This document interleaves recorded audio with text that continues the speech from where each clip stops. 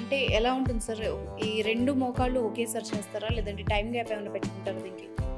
Generally elderly patients అయితే we don't do together, అంటే this is called సైమల్టేనియస్గా knee replacement చెయ్యము. బికాస్ చాలా ఫ్యాక్టర్స్ ఉంటాయి అనమాట. ఏజ్ అనేది ఒక క్రైటీరియా ఉంటుంది, దెన్ కార్డియాక్ ఓవర్లోడ్ అనే క్రైటీరియా ఉంటుంది.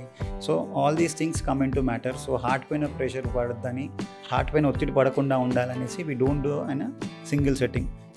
డెఫినెట్లీ యంగ్ పేషెంట్స్లో we do like 55 years, less than 50 years or 55 years వాళ్ళకి there are instances where we have done bilateral knee replacement, అంటే సింగిల్ సిట్టింగ్లో 2 మోకాలు చేసేయడం.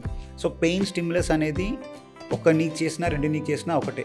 కాకపోతే we have to choose our patients correctly, we have to choose our patients very wisely.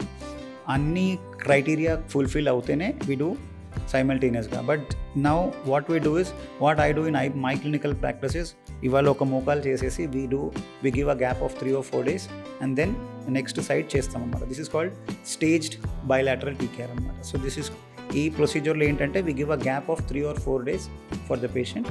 ఒక మోకాలు అయిపోయిన తర్వాత second మోకాలు ఒక 3 to 4 days తర్వాత చేస్తాం. This is called as a staged procedure.